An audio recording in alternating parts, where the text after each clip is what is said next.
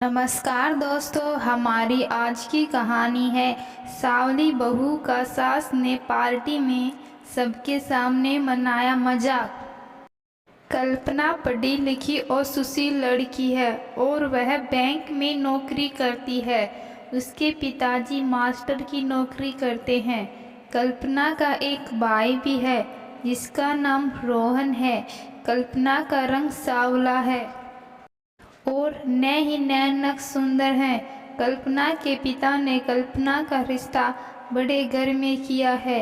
कल्पना की आज सगाई है, अंगूठी पहनाई जा चुकी है और अब सब खाने की प्लेट लेकर अपना अपना कोना पकड़ चुके हैं। कल्पना अब अपनी सहेली और होने वाली जेठानी व ननद के साथ सिमटी सुकड़ी बैठी थी।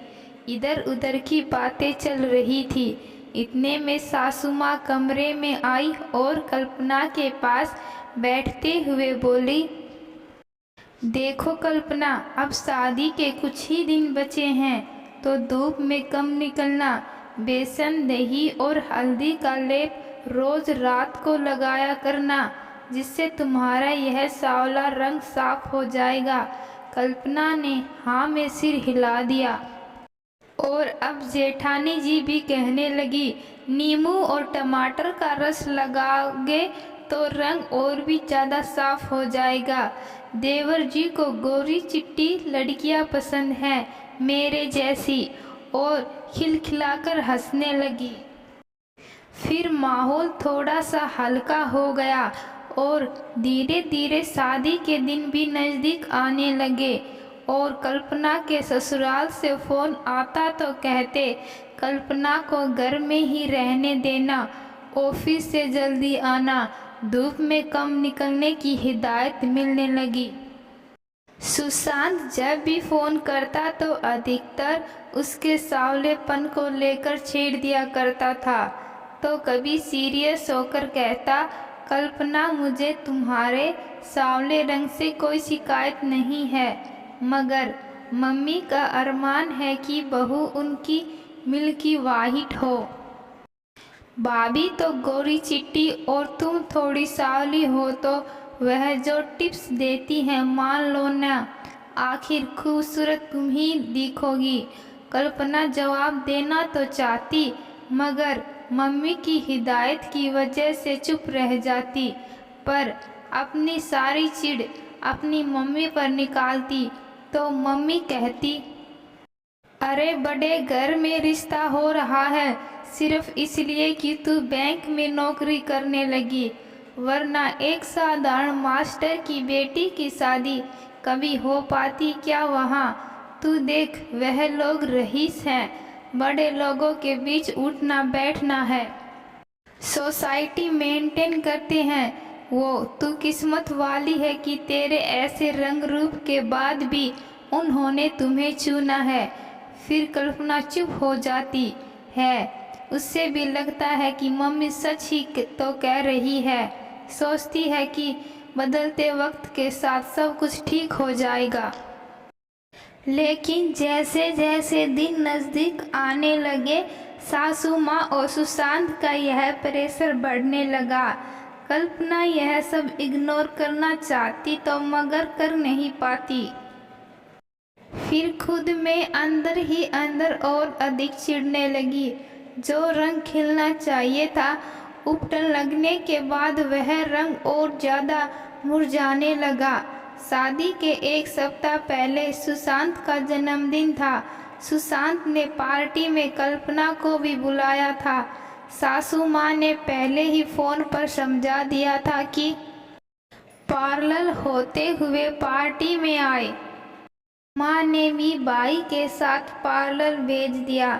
नेहा जब पार्टी में भाई के साथ पहुंची तो उसे देखते ही सासू माँ लाल पीली होने लगी।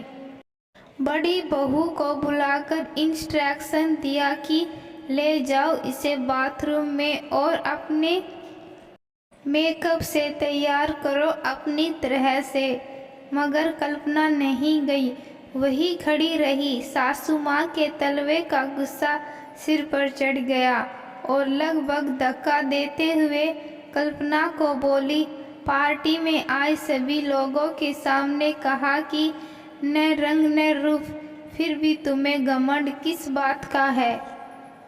हमने अपने से नीचे घर में रिश्ता जोड़कर गलती कर दी। इतने में सुशांत भी आ गया वहाँ हल्ला सुनकर, और कल्पना का हाथ पकड़कर बाथरूम की तरफ भाभी के साथ बढ़ने लगा। कल्पना ने धीरे से उसका हाथ से अपना हाथ को आज़ाद करवाते हुए वापिस सासू माँ की तरफ बढ़ने लगी और उनके करीब जाकर बोली, हाँ, मैं साधारण घर से हूँ। मेरा रंग सांवला है। मुझे घमंड तो नहीं मगर गर्व है अपने आप पर। मैं अपनी कड़ी मेहनत से आज एक छोटे से मुकाम पर हूँ। और हाँ, मेरे घर वाले आप जितने रईस तो नहीं हैं, मगर उनमें इतना संस्कार तो है कि इंसान को इंसान समझते हैं। उन्हें रंगों के आधार पर तोलते नहीं हैं।